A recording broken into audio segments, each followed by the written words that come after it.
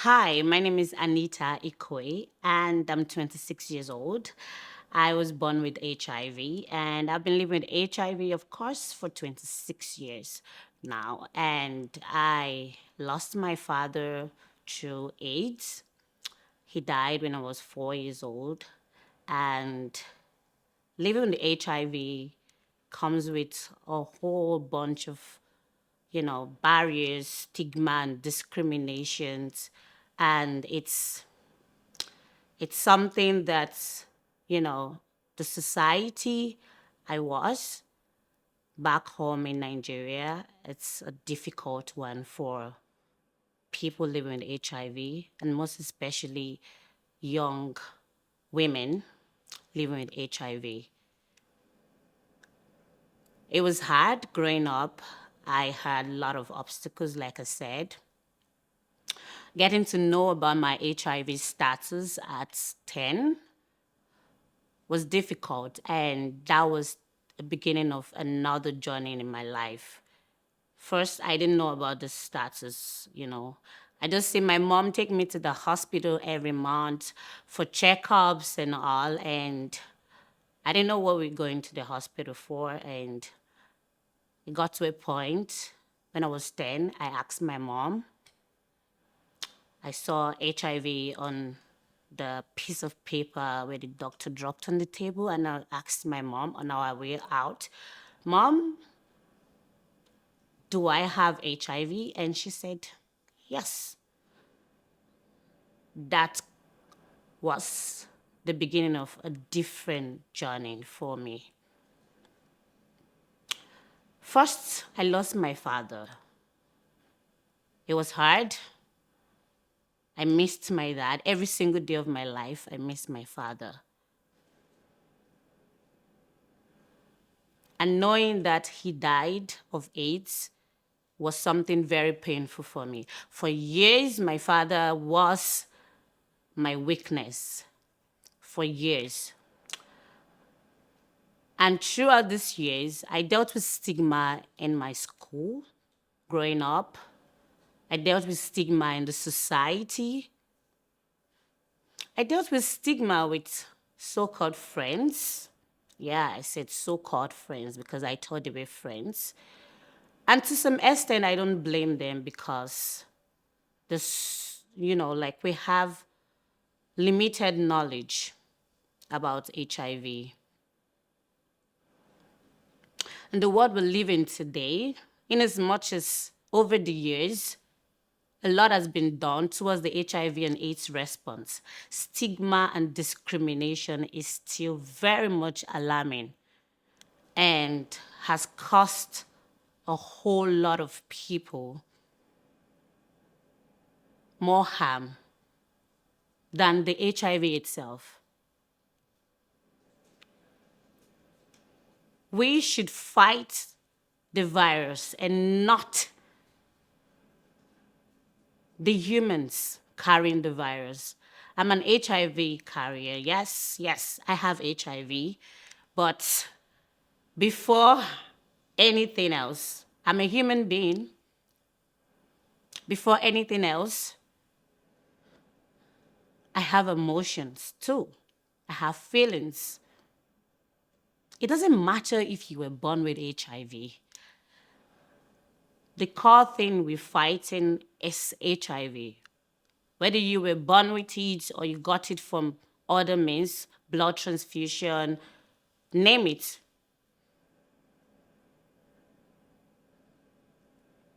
Yes, people still do not understand how hard it is. Life on pills is something. Waking up every morning, depend on how or when you're supposed to take your medication. It's hard because sometimes I just sit and, you know, so I have to be on medications and all. And not to talk of, like putting HIV on one side, HIV stole a lot from me. Like a lot of us, HIV has stolen like peace of mind from so many people. HIV stole childhood. Like me, HIV stole my childhood because I wasn't allowed to mingle with some kids when I was growing up, Everybody knows. Anita is living with HIV in a community where people know you, they know your background, they know your family. Yes, it was hard. Oh, don't go close to that girl. Oh, you need to stay away from that child. Yeah, her mom is living with HIV. Her father was living with HIV. He died. So HIV runs in the family. And not to talk, yeah, my father had only me, just me. That was another hard part. Yes, it's difficult to talk about it. But for me, in my own case, I grew up broken. I had a lot of broken pieces of me that made me decide that, oh no, enough is enough. I will not hide my HIV status no more. I will not allow the stigma and discrimination steal away who I am, who I'm meant to be. I made a decision that my father's death would not be my weakness anymore, but would be my strength. For a lot of reasons, my father gave me a purpose to life. Fight AIDS, fight HIV, discrimination, fight the stigma. I was so bold growing up. Yes, I was having a lot of difficult time, but I was so bold. I was this child that speak up. I was always speaking up, always. In as much as it was hard, I was always speaking up. Oh no, I walk around the streets. Oh, did you know that girl? It was hard, of course. Sometimes when I go to school in fear and come back in fear because of what people were saying. My folks were saying difficult times. Difficult times will make you take some decision.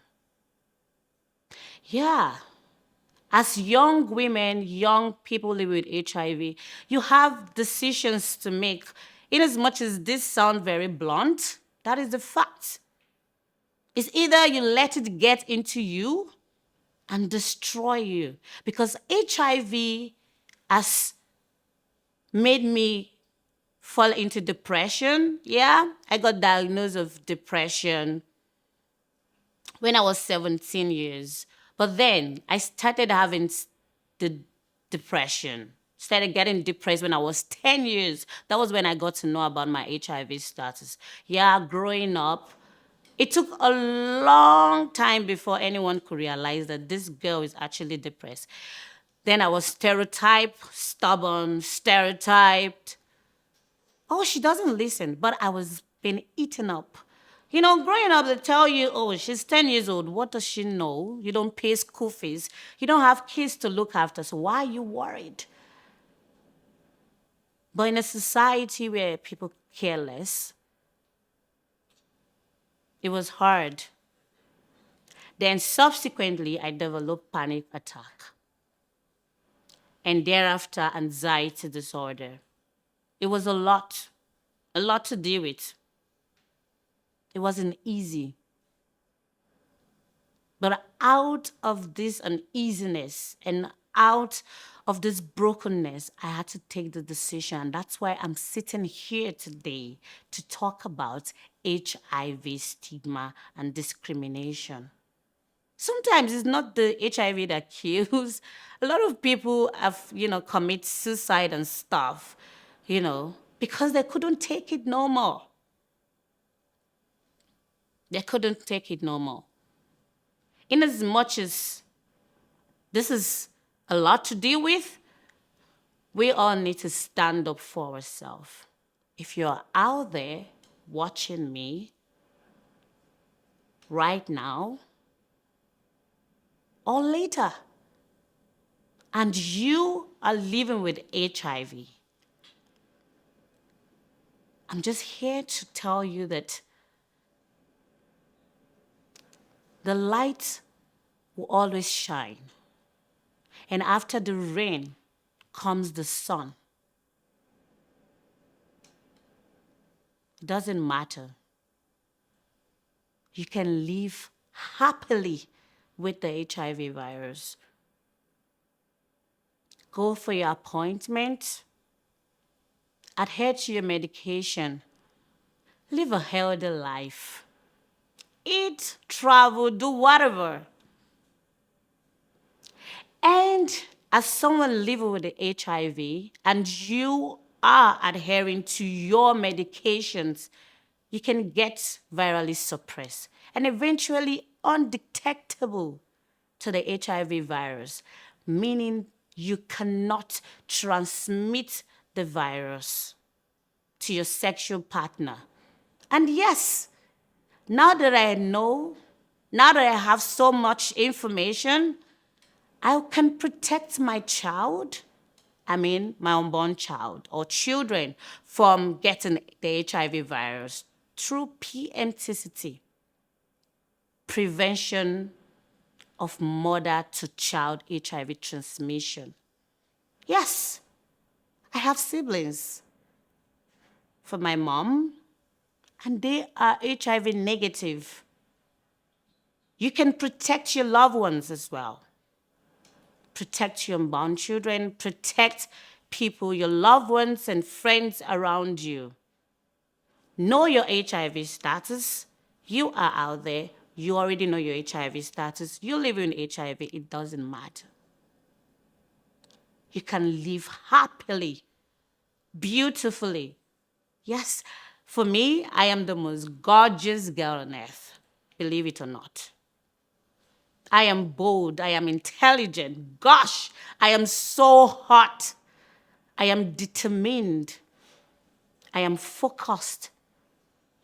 I can break every limit and every so-called limitation, be it from racism, be it from HIV.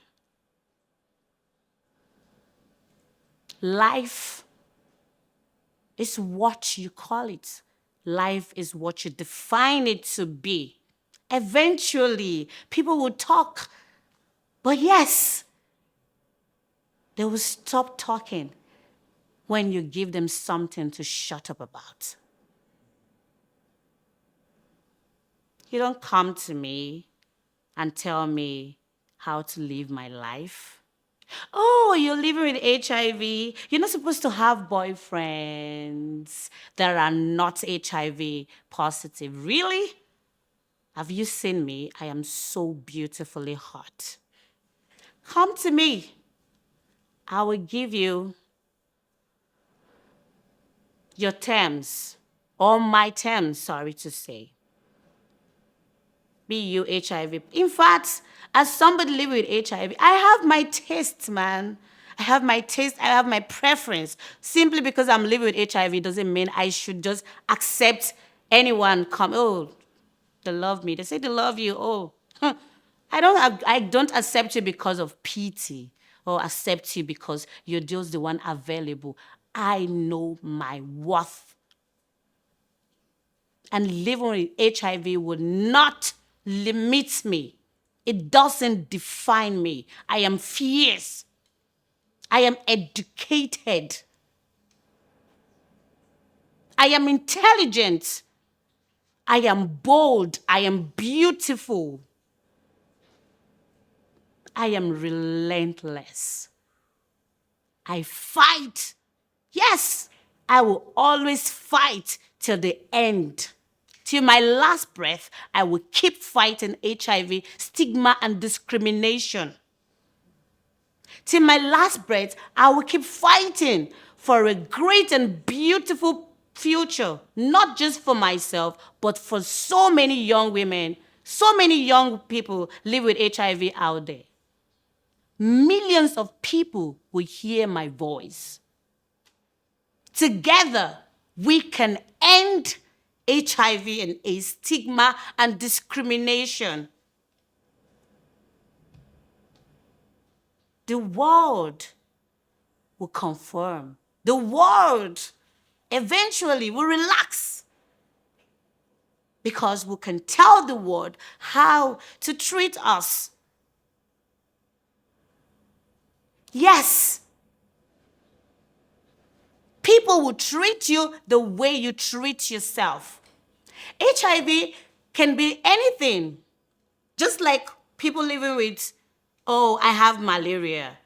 Go to the hospital. Why can't I talk about HIV when I can talk about malaria? I can talk about ulcer. I can talk about cancer. I can talk about a lot of things. And you say that I should limit myself to a world with so much stigma and discrimination against HIV. The more we talk about it, the more we reduce it. I want to live freely. I want to be able to see somebody, shake hands with them, and they know that I'm HIV positive. No more. It has to end. And we all can end it, one after the other, to one person, next, and the next, to all across Africa, to all across the world, North Africa, West Africa, East Africa, and eventually the world. I am Anita Ikwe, 26 years old. I work in women's health, in Women's Hands Community Health Center, as an HIV youth system navigator. Yes, it's HIV. Thank you.